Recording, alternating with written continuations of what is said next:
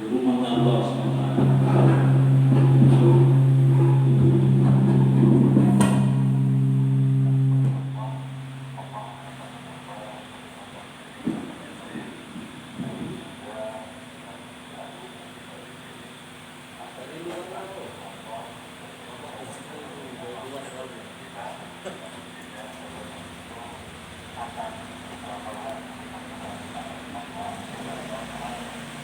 Sedikit orang bisa hadir dalam majelis. Yang bersyukur kita Allah SWT izinkan hadir di Masjid Muslimin JCP ini. Jadi kita fokus, kita ambil manfaat, kita ambil iktibarnya, dan insyaallah niat kita bersama-sama untuk menyelamatkan. Waktu dan tempat kami persilahkan kepada Ustaz kami. Insyaallah.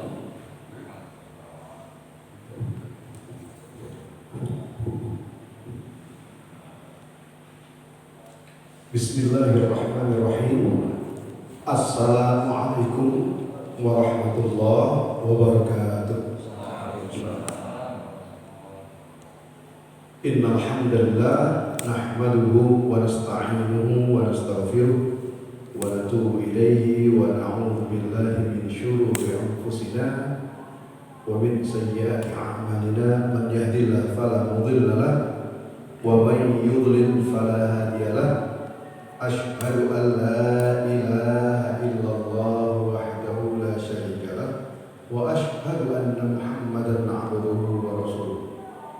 Allahumma shalli wa sallim ala khairi khalqika sayyidina Muhammad wa ala alihi wa sahbihi ajma'in wa man sara ala nahjihim ila yaumiddin. Allahumma anfa'na bima 'allamtana wa 'allimna ma yanfa'una warzuqna 'uluman tanfa'una fid din wad dunya wal akhirah. Bapak Ibu yang dirahmati Allah Subhanahu wa taala, alhamdulillah kita bertemu kembali dalam kajian rutin kita, kajian bulanan, kajian fikih ini. Mudah-mudahan Allah Subhanahu wa taala mempermudah niat baik kita dalam menuntut ilmu, menambah pengetahuan, menambah taqwah, dan juga Allah semakin menguatkan hati kita untuk beribadah sesuai dengan perintahnya dan sunnah Rasulnya. Amin ya rabbal alamin. Salawat dan salam kepada Rasulullah Sallallahu Alaihi Wasallam. Semoga kita mendapat syafaat beliau kelak di yaumil mahsyar nanti. Bapak Ibu yang dirahmati Allah Subhanahu wa taala, di pertemuan kemarin kita sudah mulai masuk membahas bab salat. Kita sudah membahas urgensi pentingnya salat dalam hidup seorang muslim, dan kita juga sempat menyebut rukun-rukun salat yang selama ini sudah kita ketahui. Nah, pertemuan kali ini kita akan membahas waktu-waktu di mana kita dilarang untuk sholat atau sebagian dimakruhkan. Selanjutnya kita juga akan membahas tempat-tempat di mana kita makruh untuk melakukan sholat atau bahkan haram untuk melakukan sholat. Selanjutnya kita akan membahas sebagian hal-hal yang dimakruhkan dalam sholat. Gerakan apa aja, perkataan apa aja yang dimakruhkan di dalam sholat. Yang pertama, awqatun tukrahu fiha shalah lidzati tilkal awqat. Waktu-waktu di mana kita dilarang sholat karena memang ada larangan di dalam hadis Rasulullah Sallallahu Alaihi Wasallam terhadap 3 waktu ini, ya. Atau bahkan lebih tepatnya diharamkan 3 waktu. Kita tidak boleh melakukan sholat apapun di 3 waktu ini kecuali sholat-sholat yang ada sebabnya secara syar'i. Yang pertama Bapak Ibu, inda tulu'i syams ila an tartafi'a bi miqdari rumhin aw rumhain. Di saat matahari sedang terbit sampai setinggi rumah. Rumah ini Pak dari kejauhan sampai setinggi tombak dari pandangan mata pada masa Rasulullah SAW. Jadi kita dilarang melakukan sholat apapun di saat matahari sedang dalam proses terbit. Nah, bagaimana kita mengetahui matahari itu dalam proses terbit? Ini biasanya di tempat-tempat tertentu. Kalau di kita tidak tahu. Biasanya ini di tempat-tempat tertentu ya. Kalau di kita ini terkenalnya di mana Pak? Di Bromo ya kalau nggak salah ya. Nah, kalau di sini sulit. Nah, cara kedua untuk mengetahui kapan itu waktu syuruk dengan melihat jadwal kalender. Ada sebagian kalender di situ menyebutkan waktu syuruk. Ada namanya waktu syuruk. Nah, di waktu syuruk itulah kita tidak boleh melakukan sholat apapun. Dan waktu syuruk itu durasinya kalau tidak salah itu 20 menit. Dan jarak antara waktu syuruk dengan waktu subuh, adzan subuh itu kurang lebih 1 jam 10 menit kalau tidak salah ya. 1 jam 10 menit mungkin bisa lebih tepat lagi kita hitung melalui kalender ya. Misalnya subuh kita jam 5.00, betul kan?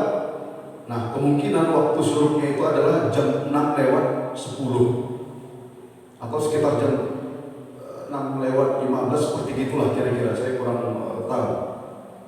Itu di waktu syuruk ini kita tidak boleh melakukan sholat apapun kecuali sholat yang ada sebabnya. 1. Mengqadha sholat fardu yang tertinggal, entah itu karena lupa atau karena tertidur. Misalnya kita kesiangan tidur, betul-betul tertidur, capek, lelah, bangun-bangun matahari sedang terbit. Ini tidak apa-apa, kita langsung melakukan sholat subuh. Man nama ahadukum an sholatin aw nasiyaha falyusalliha idza dzakaraha. Bila kamu lupa sholat atau tertidur, maka lakukanlah sholat itu seketika kamu terbangun dari tidur atau ingat dari lupa, sekalipun matahari sedang terbit. Ini yang pertama. Yang kedua, sholat tahiyatul masjid. Kita masuk masjid, matahari sedang terbit. Ini tidak apa-apa. Berdasarkan hadis Rasulullah SAW, "Idza dakhala ahadukumul masjid, fala yajlis hatta yarka' rak'atain." Rawahu Muslim. Bila kamu masuk masjid, lakukanlah sholat sunnah 2 rakaat sebelum kamu duduk. Coba ya. Tadi sholat fardu yang tertinggal diqadha, mengqadha sholat fardu yang tertinggal, sholat tahiyatul masjid, dan yang ketiga sholat jenazah. Menurut sebagian ulama sholat jenazah. Tapi kalau memang bisa ada pilihan di luar waktu lain akan lebih baik. Jadi saya lebih menitik beratkan kepada 2 sholat ini, mengqadha sholat fardu yang tertinggal dan sholat tahiyatul masjid. Itu tadi Pak ya, di saat matahari sedang terbit. Yang kedua, wa inda istiwaiha fi wasatis sama hatta tazul. Di saat matahari tepat di atas kepala kita sampai dia tergelincir atau mulai condong ke barat. Pas tepat di atas kepala kita. Nanti akan kita bahas hadis ini. Dan yang ketiga, indal isfirar hatta ghurubis syams. Di saat matahari berwarna pucat kekuningan sampai tenggelamnya matahari secara sempurna. Termasuk ini di saat matahari dalam proses tenggelam. Di sini kita dilarang oleh Rasulullah melakukan sholat apapun kecuali sholat yang 3 tadi itu. Bisa dimengerti Pak? Nah, dalilnya Rasulullah SAW bersabda, la taharrau bi sholatikum tulu'asy syamsi wa maghribiha. Jangan pernah kamu melakukan sholat apapun, kata Rasulullah, di saat matahari sedang terbit dan dalam proses yang tenggelam. Terus apa dalil yang menyebutkan bahwasannya kita dilarang melakukan sholat di saat matahari tepat di atas kepala kita? Ini hadisnya Uqbah bin Amir al-Juhani, riwayat Imam Muslim. Thalathu sa'atin kana Rasulullah sallallahu alaihi wasallam yanhana an nusalliya fihinna aw naqbura fihinna mautana. Ada 3 waktu di mana Rasulullah melarang kita untuk melakukan sholat dan termasuk juga menguburkan, memakamkan mayit.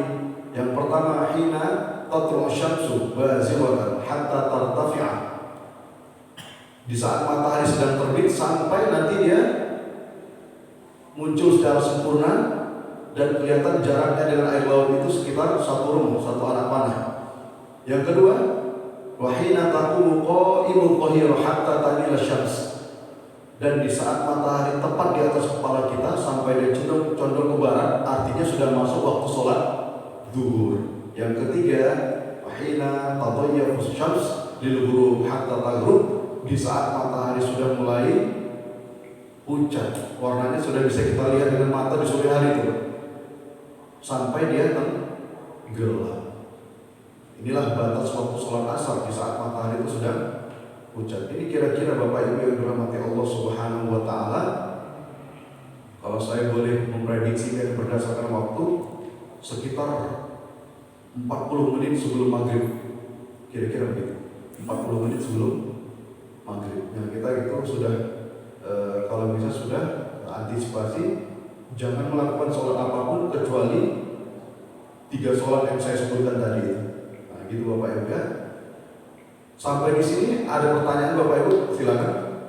Ini 3 ini waktu dilarang kita melakukan sholat. Memang sebagian mazhab menyebut cuma 2 aja, di saat matahari sedang terbit dan sedang tenggelam, pas di atas kepala, enggak sebagian mazhab.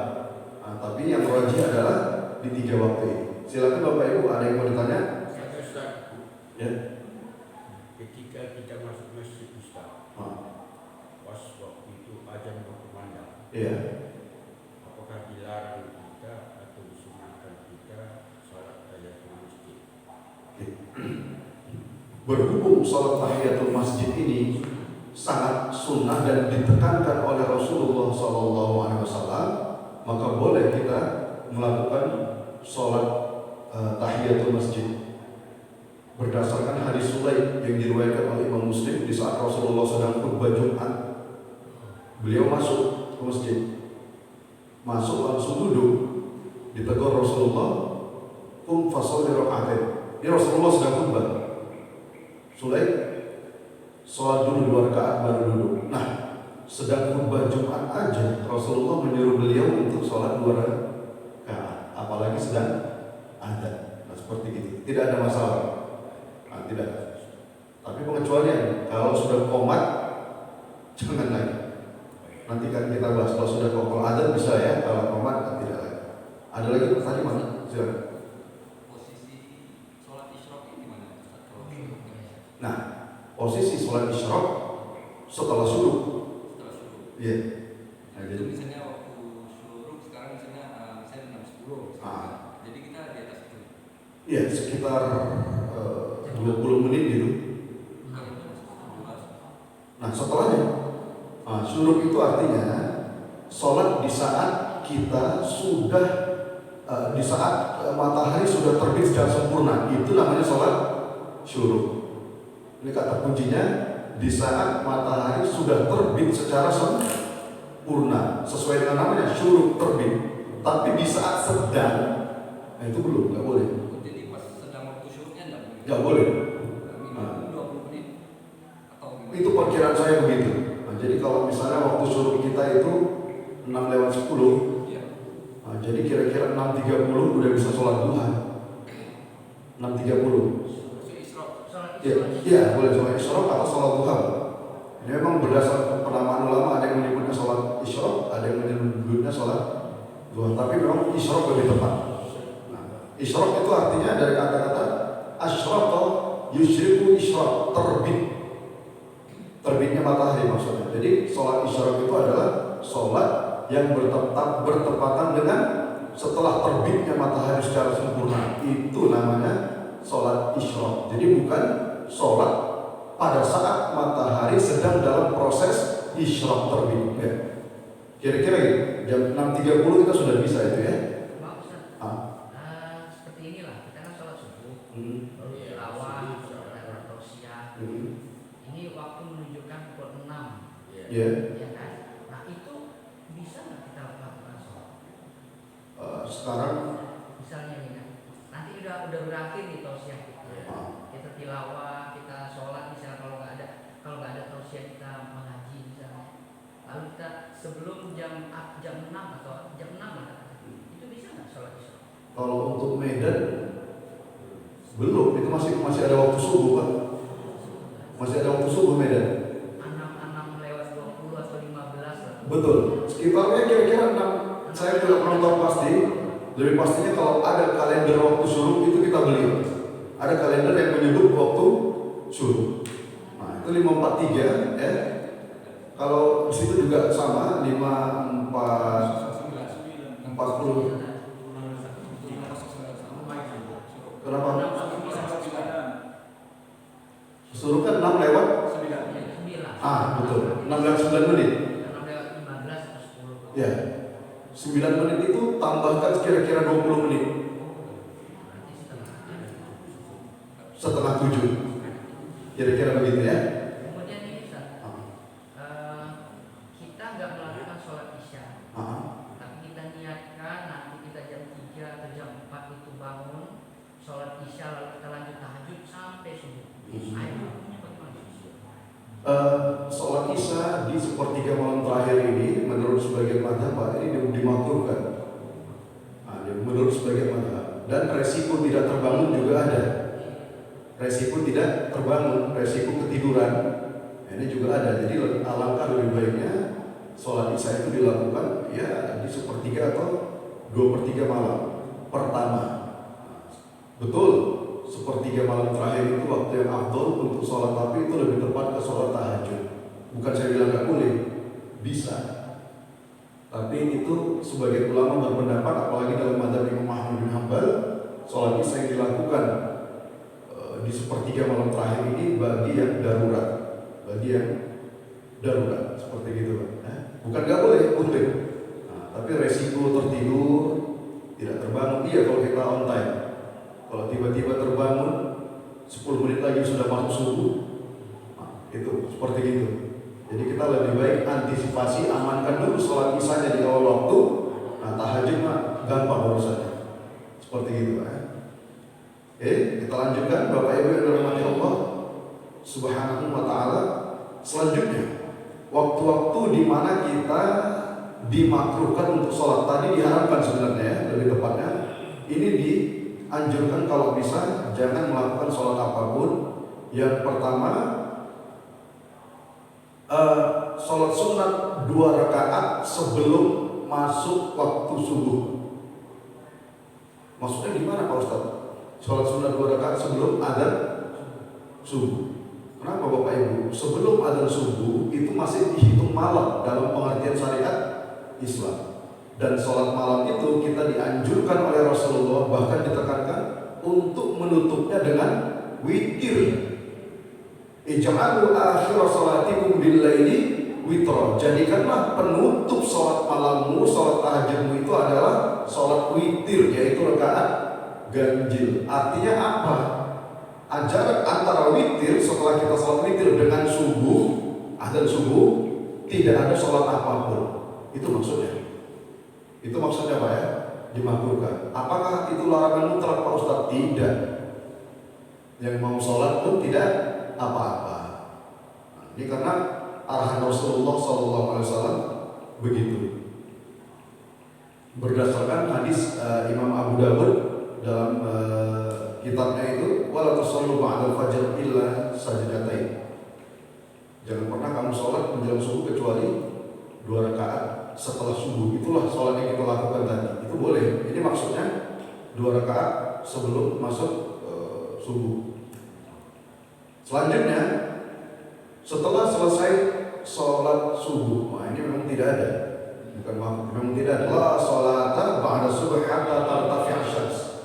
Tidak ada sholat sunat rawatib yang mengiringi subuh, kecuali yang saya sebutkan tadi Bapak Ibu ya, tahiyatul masjid dan seterusnya.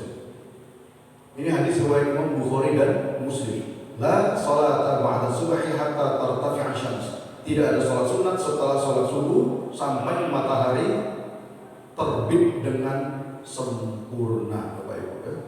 Nah tadi itu saya menyebutkan 20 menit itu hanya estimasi saya Pak. Lebih tepatnya lagi kita lihat di kalender berapa lama proses syuruknya itu.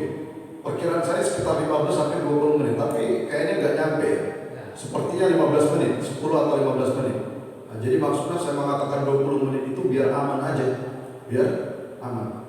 Yang ketiga, setelah selesai sholat asar, wala sholat ba'dal asar hatta taghrib syams, kata Rasulullah, tidak ada sholat sunat rawatib setelah asar sampai matahari sempurna tergelam.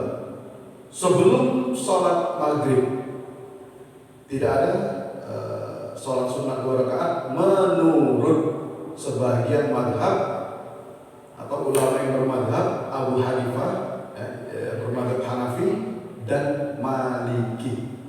Baina kulli adzanaini sholatun illal maghrib.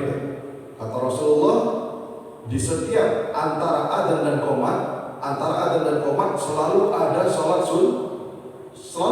sunnah, kecuali 2 rakaat sebelum maghrib. Ini hadis riwayat Daraqutni dan Baihaqi, digunakan oleh sebagian ulama. Tapi saya pribadi lebih cenderung kalau mau melakukan sholat sunnah 2 rakaat sebelum maghrib dipersilahkan, gak masalah berdasarkan hadis Rasulullah yang lain. Sallu qabla al-maghrib, sallu qabla al-maghrib liman syaa. Silahkan sholat 2 rakaat sunat rawatib sebelum maghrib bagi yang mau. Ini pun hadis sahih riwayat Imam Ahmad bin Hanbal. Kalau hadis pertama tadi riwayat Imam Daraqutni. Hanya saja kemungkinan besar Bapak Ibu 2 rakaat sebelum maghrib ini tidak terlalu ditekankan. Di kita ada Pak sholat sunnah 2 rakaat sebelum maghrib di masjid ini. Alhamdulillah ada. Di sebagian masjid tidak ada, betul? Di Medan. Tapi kalau di Jakarta sama di Jawa ada. Sebagian masjid rata-rata ada 2 rakaat sebelum maghrib itu ada. Ini Pak ya. Dan ini bukan menjadi hal yang dipermasalahkan saya rasa ya. Karena di Masjidil Haram pun ada Pak. Saya lebih suka pendapat yang kedua, tetap ada 2 rakaat sebelum maghrib, gunanya banyak untuk memberikan spare time waktu bagi jamaah yang terlambat, betul ya, dan memberikan kesempatan bagi hamba-hamba Allah yang mau sujud kepada Allah Subhanahu wa taala 2 rakaat sebelum maghrib. Tapi anyway tidak apa-apa, saya pun tidak menyalahkan masjid yang langsung qomat setelah adzan maghrib. Selanjutnya Bapak Ibu, di saat khatib sudah naik mimbar, kita jangan ada sholat sunat apapun kecuali tadi tahiyatul masjid ya. Saya mau sholat sunat dulu Pak Ustaz. Sholat sunat apa? Ya sholat sunat wudhu, sholat sunat taubah segala macam. Khatib sudah naik mimbar, ini jangan lagi. Bisa ditunda berdasarkan hadis Sulaik al-Ghatafani dalam hadis sahih riwayat Muslim. Beliau diperintahkan Rasulullah, jelas-jelas Rasulullah memerintahkan beliau untuk sholat 2 rakaat di saat Rasulullah sedang khutbah. Selanjutnya, bila sudah iqamat, Allahu Akbar, asyhadu an la ilaha illallah. Artinya, kalau kita pas sedang melakukan sholat sunnah, please mohon dibatalin sholatnya Pak. Langsung gabung sholat berjamaah dengan imam. Kalau bisa dapat sop yang pertama. Idza uqimatus shalah fala sholata illa maktubah, kata Rasulullah dalam hadis sahih riwayat Muslim. Kalau sudah qomat, jangan lagi kamu ada yang melakukan sholat sunnah. Semuanya bersegera membentuk saf untuk melakukan sholat jamaah. Patokannya apa? Patokannya kita kalau bisa mendapatkan takbiratul ihram bersama imam. Imam takbiratul ihram Allahu Akbar, kita juga ikut takbir Allahu Akbar. Man adraka takbiratul ula ma'al imam, barang siapa yang ikut bertakbir takbiratul ihram bersama imam, kutibat lahu barokatan, kata Rasulullah, akan diberikan 2 kebebasan kepada hamba tersebut. Allah akan memberikan 2 kebebasan kepada hamba tersebut. Yang pertama, barokatun minan nifaq, kebebasan dari jiwa munafik. Yang kedua, bara'atun minan nar, kebebasan dari api neraka. Subhanallah. Nah, ini nggak boleh kita sepele Pak. Ada orang yang hobinya masbuk kalau sholat jamaah. Masih ada Pak. Masih asyhadu an la ilaha illallah. Masih hayya 'alas sholat. Belum juga qomat. Wah itu kan qomat masih lama. Masih. Ini satu kebiasaan buruk. Mari kita biasakan mulai hari ini. Di saat kita sholat berjamaah, patokannya adalah kalau bisa kita ikut takbiratul ihram sama imam. Pak Ustadz, saya lagi sholat nih 2 rakaat, tiba-tiba qomat, posisi saya lagi tahiyat akhir. Boleh nggak Pak Ustadz diselesaikan sholatnya? Soalnya nanggung nih. Boleh, kalau memang kita bisa mengejar takbiratul ihram. Misalnya nih udah tahiyat akhir, Allahu Akbar, Allahu Akbar. Bagus dibatalin apa diterusin Pak? Udah tahiyat akhir, diterusin. Kenapa? Nanggung. Bisa kita kejar, dua-duanya dapat. Sholat sunatnya bisa diselesaikan, ikut imam juga bisa. Ini kalau posisinya nanggung, ini boleh. Kalau dibatalkan boleh Ustaz. Boleh juga. Karena yang wajib datang, yang sunat tinggalkan. Betul, boleh. Ini bagi pilihan ya. Pilihan. Tapi tadi kalau seandainya gara-gara kita ngotot melakukan sholat sunat ketinggalan takbiratul ihram sama imam, salah. Udah salah. Jadi patokan saya tadi adalah takbiratul ihram. Atau imamnya berbaik hati, udah qomat, kita tunggu dulu bapak itu sampai selesai. Boleh. Imamnya berbaik hati. Jadi gak langsung mulai sholat jamaah, tunggu dulu sebentar 1 menit. Tapi sebentar Ustaz, sebenarnya kan ada tata cara imam untuk menunggu jamaah, apalagi sholat subuh kan Ustaz. Iya. Nah, itu kan juga mungkin bisa dibahas lebih bagus. Betul. Untuk kemudian bagaimana sholat kita jamaah Iya.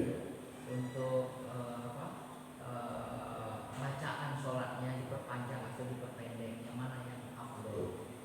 Kalau saya diberi kesempatan untuk memberikan masukan ke Majelis Ulama Indonesia, khusus untuk sholat subuh, jarak antara qomat dengan adzan itu saya lebih suka 20 menit. 20 menit. Banyak gunanya untuk menunggu kesempatan jamaah yang terlambat. Namanya baru bangun pagi Pak, kan nggak langsung kita ready ya. Beres-beres dulu, cuci muka, bersih-bersih segala macam. Itu yang pertama. Yang kedua, ini lebih kena dengan hadis Rasulullah, asfiru bis-subhi fa innahu a'dhamu li ujurikum, kata Rasulullah. Tundalah sedikit sholat subuh itu sampai kepada waktu isfar. Isfar itu kan di sekitar 20 menit setelah subuh atau setengah jam.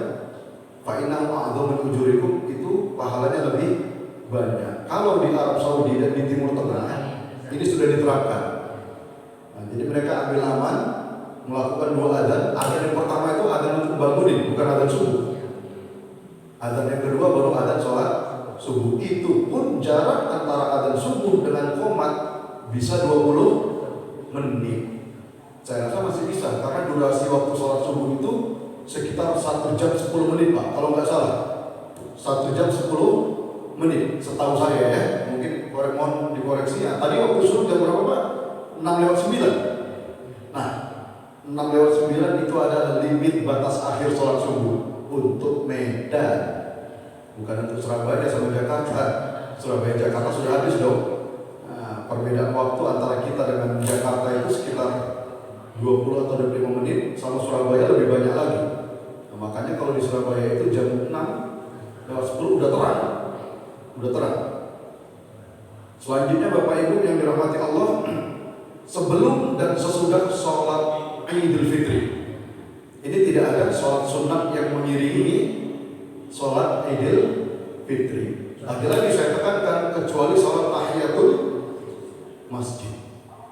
Kalaupun ada saudara kita yang melakukan sholat sunat 2 rakaat sebelum Idul Fitri, mohon kita tidak berburuk sangka, mungkin itu sholat sunat biasa.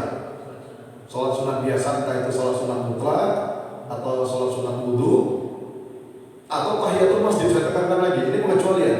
Tahiyatul masjid tetap ada. Di lapangan kan nggak ada. Nah, berhubung di lapangan Pak Ustadz, gimana? ya sudah, kalau bisa kita jangan sholat apapun. Nah, tapi kalau ada hamba Allah yang mau sholat, sholat sunat mutlak, Pak Ustadz dia sholat itu, pas diklarifikasi, kenapa Bapak sholat? Kan tidak ada Pak sholat sunat rawatib yang mengiringi Idul Fitri, Idul Adha. Iya Pak Ustadz, saya tahu, tapi sholat sunat saya ini ya sholat taubat lah, apa segala macam gitu. Ya sudah, ini tidak perlu dipermasalahkan. Karena memang ini maksudnya adalah sholat sunat yang mengiringi sholat Idul Fitri. Berdasarkan hadis Rasulullah riwayat Imam Muslim, anna Rasulullah sallallahu alaihi wasallam kharaja yaum al-adha al-fitr. Rasulullah keluar melakukan sholat Id atau sholat Idul Adha.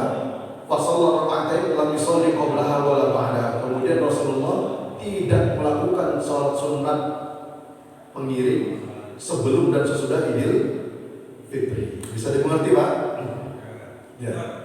Selama ini itu uang inputnya itu apakah misalnya jamaah datang terus di luar sana nggak muat atau cukup di dalam sini atau gimana? Di teras itu.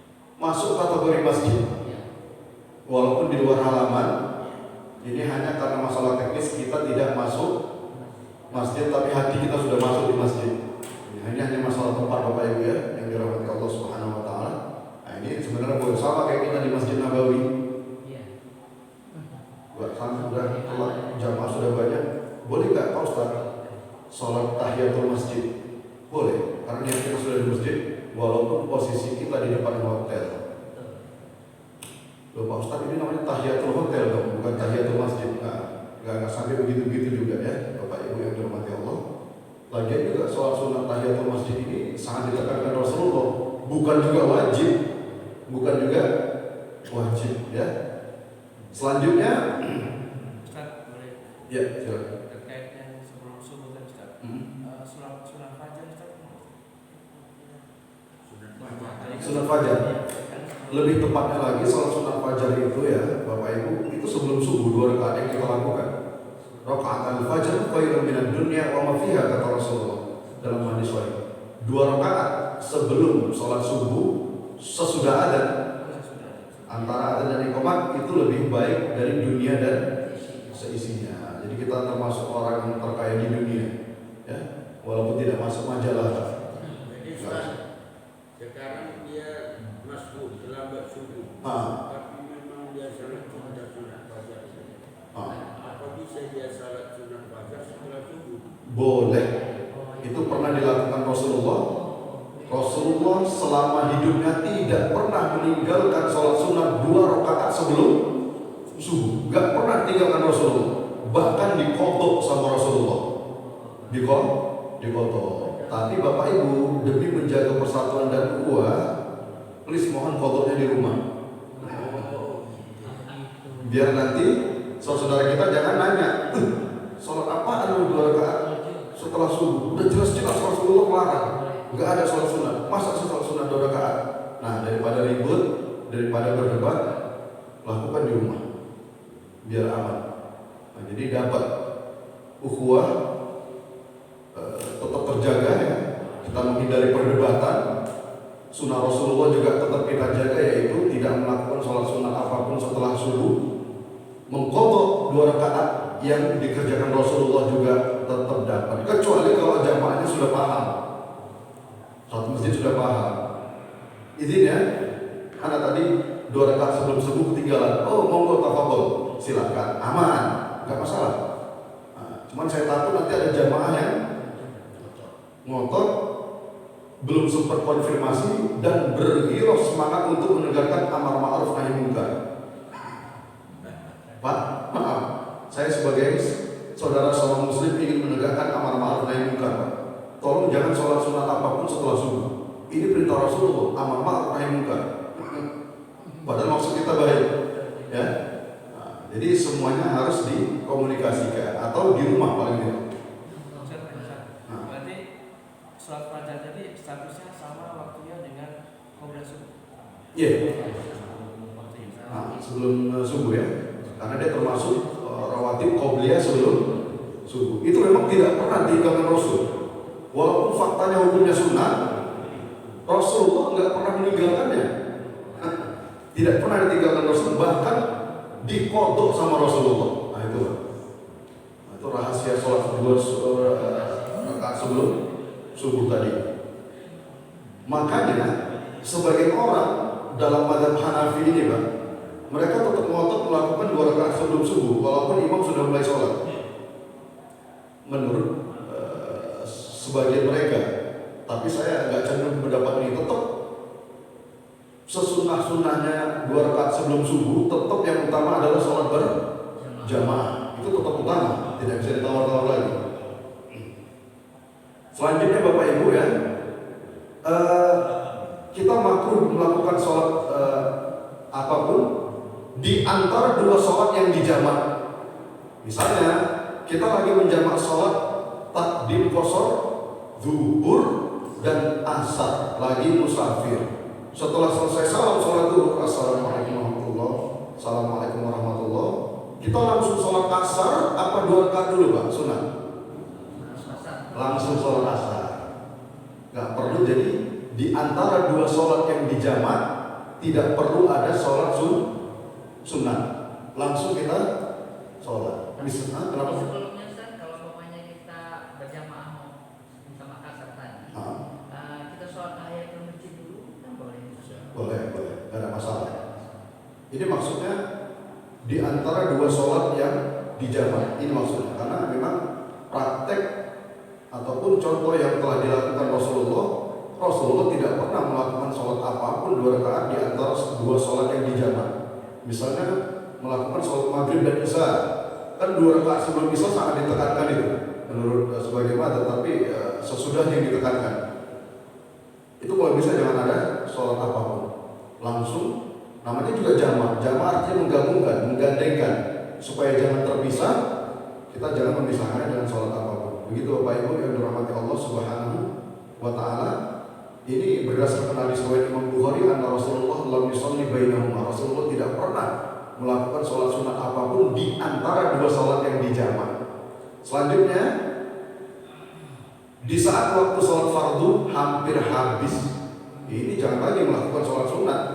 Misalnya sholat subuh cuma sisa 5 menit lagi, jam 6:09 sudah syuruk misalnya Pak ya. Posisi kita ada di jam 6:05. Sementara syuruknya itu jam 6:09. Saya berani mengatakan waktu syuruk itu adalah batas akhir waktu sholat subuh. Waktu syuruk. Jadi sisa waktu sholat subuh 4 menit lagi. Apakah masuk akal kita ngotot melakukan sholat sunat 2 rakaat? Jangan. Langsung Allahu Akbar sholat subuh. Tapi tadi Pak Ustaz bilang 2 rakaat sebelum subuh sunnah muakkad, nggak pernah ditinggalkan Rasul. Betul. Bisa dilakukan setelahnya dengan status qadha. Betul. Karena udah lewat waktunya.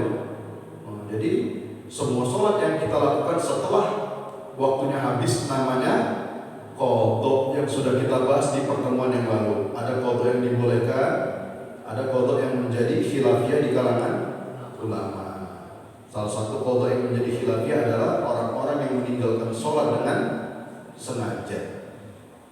Udah Bapak Ibu, sekarang kita akan membahas amakin tukrahu fiha shalah, tempat-tempat terlarang untuk melakukan sholat. Bahkan sebagian itu dalam naik statusnya menjadi haram. Bapak Ibu yang dirahmati Allah, sebelum kita membahas tempat-tempatnya apa saja, pada dasarnya Bapak Ibu yang dirahmati Allah, seluruh bumi Allah ini, seluruh hamparan muka bumi Allah ini adalah boleh kita melakukan sholat dimanapun. Sabda Rasulullah SAW yang diriwayatkan oleh Imam Bukhari dan Muslim, wa ju'ilat liyal ardu masjidan wa tahura. Allah memberikan bumi ini kepadaku untuk dijadikan tempat sujud dimanapun, wa tahura, dan tanah ini bisa dijadikan untuk bersuci kata Rasul, yaitu tayamum ya.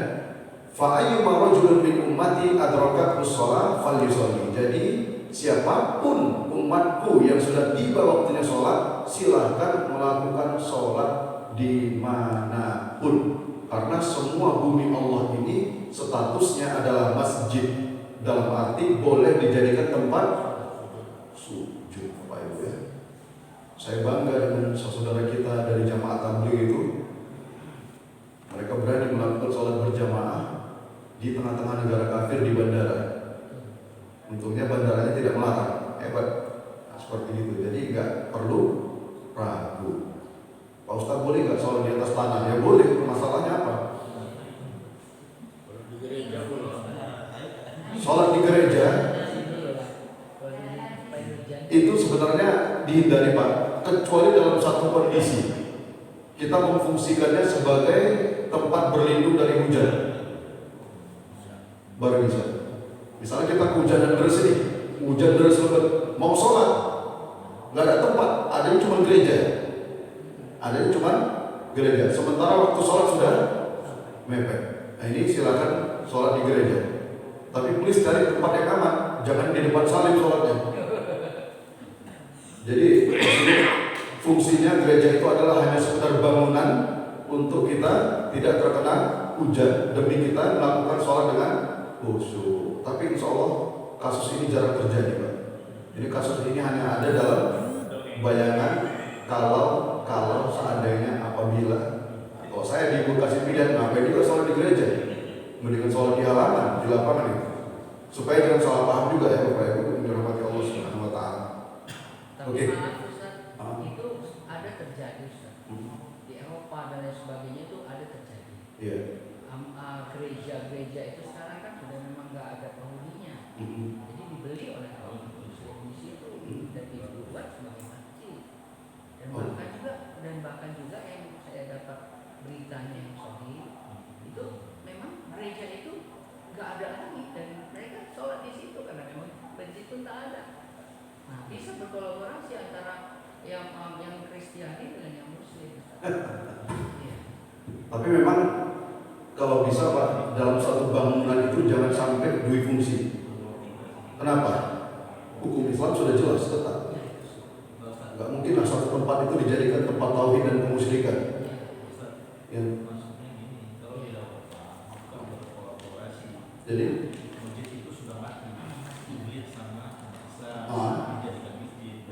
boleh, boleh.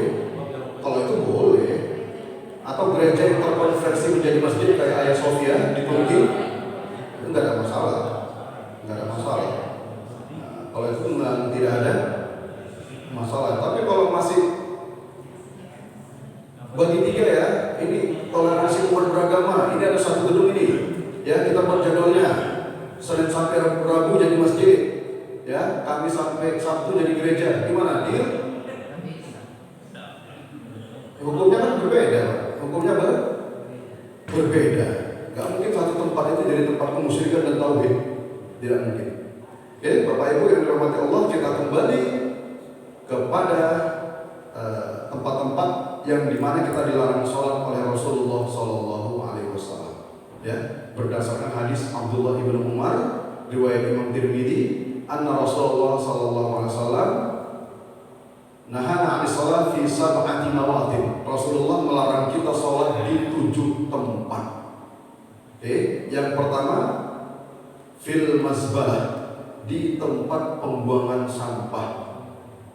Satu Bapak Ibu ya yang dirahmati Allah Subhanahu wa taala, di tempat pembuangan sampah. Pak Ustadz, kalau ada orang kerja di tempat TPS gimana Pak Ustadz? Tempat pengolahan sampah, dia kerjanya memang di situ Pak Ustadz, dari pagi sampai sore di situ terus.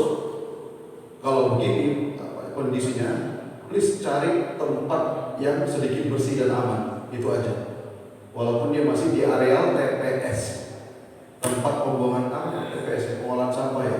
Kalau di Jakarta itu di Bekasi Bantar Gebang kalau nggak salah, ya.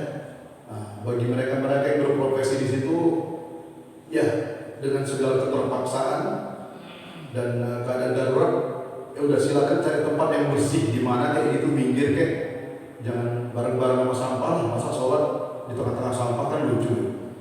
Satu al-mazbalah kata Rasulullah. Yang kedua wal majzarah atau majzarah, tempat pemotongan hewan. Ya Pak Ustadz, nanti orang yang kerja di tempat pemotongan hewan gimana dong? Please sediakan satu tempat khusus bersih untuk sholat dan baju khusus untuk sholat. Bagi yang saudara kita yang berprofesi sebagai penjaga atau tempat pemotongan. Selanjutnya yang ketiga, al-maqbarah, kuburan. Ya boleh kita sholat di kuburan, apalagi di depan kita ada kuburan. No way, jangan. Pak Ustadz, tapi kan banyak masjid-masjid yang di sampingnya ada kuburan. Betul, itu nggak masalah. Itu posisi kuburan yang berada di areal tanah masjid. Kita harus bedakan, Pak, sholat di kuburan dengan kuburan yang berada di areal lokasi masjid. Itu bukan masjid, ya kuburan. Kebetulan tanahnya satu paket sama tanah wakaf masjid. Ini boleh. Karena di Masjid Nabawi pun di situ nggak jauh ada makam baki, ya, di Masjid Nabawi. Tapi please jangan sholat di belakang kuburan. Saya menemukan fakta ini waktu saya di Jakarta. Orang sudah sholat berjamaah, kemudian ada satu jamaah sholat sendirian, pas di belakang kuburan. Katanya itu kuburan Habib. Ya bukan masalah Habibnya, kenapa ada sholat di belakang kuburan? Apa maksudnya ini? Jelas-jelas ada imam di sana berjamaah, kiblatnya jelas. Kenapa ada sholat di kuburan? Kebetulan posisi kuburan si Habib itu memang ada di dalam masjid setelah perluasan.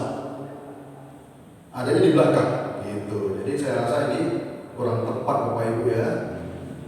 Apalagi kalau sampai memohon kepada si Habib, mohon sampaikanlah permohonan saya kepada Allah. Sudah syirik, sudah syirik. Selanjutnya Bapak Ibu yang dirahmati Allah, wa qari'atut thariq, di tengah jalan. Ya karena memang bukan tempatnya sholat, kenapa di situ? Nah, kalau di masjid di sana Bapak Ibu, kita mau sholat, jangan depan pintu, pas depan pintu. Orang mau masuk, nggak boleh. Nah, tapi, ini ada tapinya nih. Kita sholat berjamaah, kebetulan kita dapat posisi pas di depan pintu. Posisi kita masbuk, imam sudah salam, kita bangkit. Nah, posisi kita pas depan pintu tuh. Jamaah mau keluar, silakan bergerak dan jalan. Ini tidak membatalkan sholat. Geser ke kanan atau maju ke depan, tetap dalam keadaan sholat. Ini tidak batal. Karena Rasulullah wa qari'atut thariq. Ya Bapak Ibu yang dirahmati Allah Subhanahu wa Ta'ala, di tengah jalan. Pak Ustadz, kalau jalan yang digunakan untuk sholat gimana? Untuk momen-momen tertentu boleh. Misalnya sholat Jumat, masjidnya kebetulan ada di pinggir jalan, jamaahnya membludak, terpaksa menggunakan jalan, ini boleh. Ada alasan. Nah, ini lama-lama saya diseret nanti, Pak Ustadz, jadi 212 itu gimana sholatnya? Jadi kalau ada demonstrasi ya langsung diseret deh. Selanjutnya yang kelima, fil hammam, kamar mandi. Makanya saya sakit banget saya melihat kalau ada masjid itu selalu didampingkan sama kamar mandi di tempat-tempat gedung-gedung parkir itu. Kenapa harus gitu sih? Bersebelahan. Sholatnya di mana? Situ Pak. Kamar mandinya di mana? Di sini. La ilaha illallah. Maunya pisah kayak dikit gitu, kenapa? Kamar mandi ya kamar mandi, toilet. Tempat wudhu bukan termasuk toilet Pak. Ya, dipisah lah gitu. Jadi saya sedih tadi beberapa itu ke tempat itu menyamakan masjid sama tempat kencing. Ini la ilaha illallah. Cuman jarak 1 meter, sini tempat kencing, sini kamar mandi. Apaan ini? Seperti itu. Tidak ada hormatnya sama sekali Bapak Ibu ya. Selanjutnya wa fi ma'atinil ibil, di kandang onta atau tempat onta ngetem. Ini kita makruh Bapak Ibu ya. Selanjutnya wa fawqa dhahri baitillah, di atas Ka'bah. Di atas Ka'bah. Yang iseng juga ya, ngapain sholat di atas Ka'bah? Siapa tahu ada orang yang mau cari sensasi, mau selfie, mau cari momen yang apa gitu. Enggak, ini hadis sahih riwayat Imam Tirmidzi. 7 tempat tadi saya ulangi.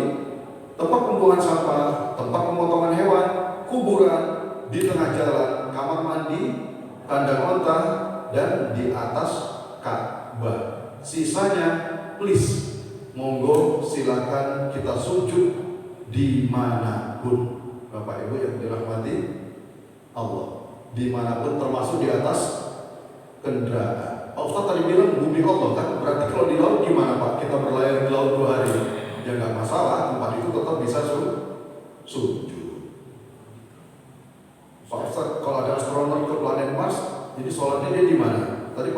cuma bumi? Allahu a'lam. Ini pertanyaan yang berat sekali ya.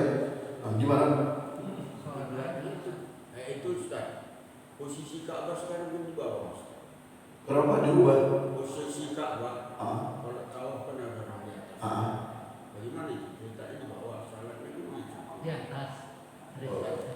Kita sholat di lantai atas, Ka'bah ada di bawah kita. Tidak masalah. Awali wajah ke syatral Masjidil Haram. Silakan hadapkan wajahmu ke kiblat. Tidak masalah apakah Ka'bahnya sedikit ke bawah atau ke atas, tidak ada masalah. Tapi kan nggak persis di atas ya. Karena arah ya. Gak masalah. Karena arah. Kalaupun kita di Mekah itu kan banyak gunung Pak. Di atas gunung pun kita sholat, Ka'bahnya ada di bawah ya gak masalah. Arah ya. Arah, yang penting arah. Atau dengan kata lain kita lagi di hotel. Di hotel misalnya hotel apa yang di depan itu ya, Zam-Zam Tower itu ya nggak masalah, yang penting arah kita sudah ke Ka'bah. Kenapa Pak? Pertanyaannya pertama itu takbiratul ula tadi itu kan dalam riwayat Rasulullah katanya minimal 40 hari kita jaga barulah dapat yang dua sifat fakir. Ya betul. Berarti kan minimal 40 hari. Kalau kita kelang-keling kita tidak dapat kan sifat dua tadi. Itu yang pertama. Yang kedua, boleh nggak kalau itu kan cuma 7 tadi.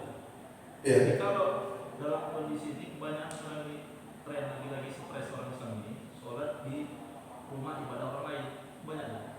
Iya. Ya, Di sana di gereja. dalam gereja di vihara gitu kan? Ada, cuman di situ nggak ada. Yang kedua, macam mana kalau orang sholat di rumah orang kafir? Nah, Iya. itu kan maksudnya dia kan pasti dia pastilah tidak kalau waktu najis itu. Oke. Nah, cuman itu. Pertama, sholat di tempat ibadah umat agama lain. Tadi seperti saya jelaskan, ngapain juga iseng banget sih. Kecuali terpaksa sebagai tempat berteduh dari hujan segala macam ya sudah. Nauzubillah, apalagi kalau untuk alasan selfie dan toleransi. Ini Pak Ustaz, teman saya rekam di videonya. Kenapa?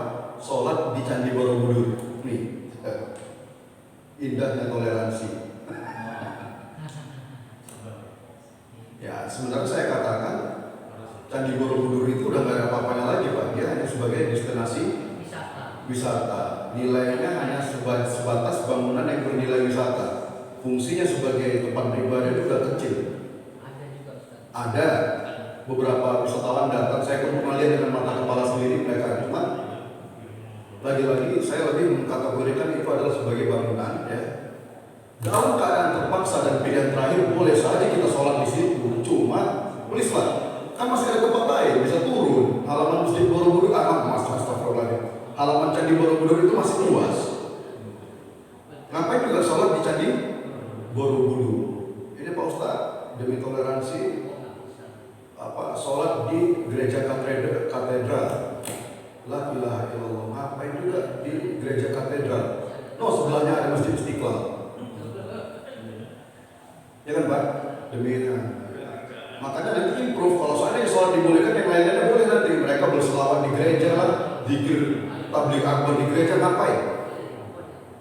Jadi tidak bertentangan sama sekali dengan hadis Rasulullah ini. Nggak ada kontradiksi. Hanya saja menghindari kesan kemusyrikan, membesarkan kemusyrikan, itu yang kita hindari. Adapun sholat di rumah orang kafir, non muslim, boleh selama kita pastikan tempat dia suci. Tempat dia suci, dan please pastikan di depan kita itu tidak ada lambang-lambang kemusyrikan. Pak Ustaz, saya mau sholat di rumah teman saya, orang Kristen ya. Pas tempat depannya salib. Yang ngapain juga? Cari tempat lain dong. Jangan yang ada salibnya. Yang lebih konyolnya lagi, memaksain sholat di rumah teman untuk menghormati dia. Padahal 50 meter dari rumah orang tersebut ada masjid. Nah, ini nggak masuk akal. Jadi yang disebut beliau tadi itu sholat di rumah orang kafir itu adalah pilihan terakhir. Setelah opsi-opsi SOP yang kita tempuh tidak ada, itu. Ya itu gimana lagi Pak Ustaz? nggak ada masjid, nggak ada apa, dan dalam keadaan hujan deras, sholat di situ. Pastikan tidak ada najis, tidak ada icon-icon kemusyrikan di rumah itu. Silakan monggo sholat. Gitu Bapak Ibu ya. Terakhir Ustaz, di dalam Ka'bah itu kan ada juga yang orang-orang spesial kan sholat di situ, itu bagaimana kalau? Kalau saya tidak, Pak, tidak boleh sholat. Di atas Ka'bah, di dalamnya. Allah alam itu Bapak Susilo Bambang Yudhoyono sama anaknya Agus Harimurti Yudhoyono pernah masuk ke dalam Ka'bah. Allah alam kalau masalah itu, cuman setahu saya dalam Ka'bah itu nggak ada apa-apanya sih. Lebih cantik masjid kita daripada dalam Ka'bah ini. Saya lihat di YouTube itu inside dalam Ka'bah itu biasa-biasa aja. Lebih cantik masjid kita ini lagi, saya rasa. Jadi ini membuktikan kepada dunia kalau Ka'bah itu hanya sebagai patokan kita untuk menghadap, bukan barang yang dikultuskan, barang keramat atau barang apapun. Batu biasa tidak ada mewah biasa. Kenapa? Ka'bah itu bagi umat Islam adalah sebagai titik patokan kita menghadap dalam sholat atas perintah Allah. Kemana pun kita menghadap, Allah menghadap kepada kita. Kan itu prinsipnya. Karena orang-orang di luar Islam bisa bilang, orang-orang di luar Islam bilang umat Islam nyembah batu, nyembah Ka'bah segala macam kan gitu. Dan terbukti dalam sejarah Ka'bah mengalami beberapa kali renovasi.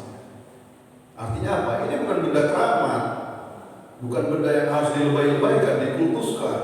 Sampai-sampai ada jamaah yang megang batu Ka'bah itu segala macam. Kain Ka'bah mau diguntingin, cair berkah, gunting dikit, baru airnya dicelupin ke gelasnya diminum, obat kolesterol sama supaya sembuh dari stroke.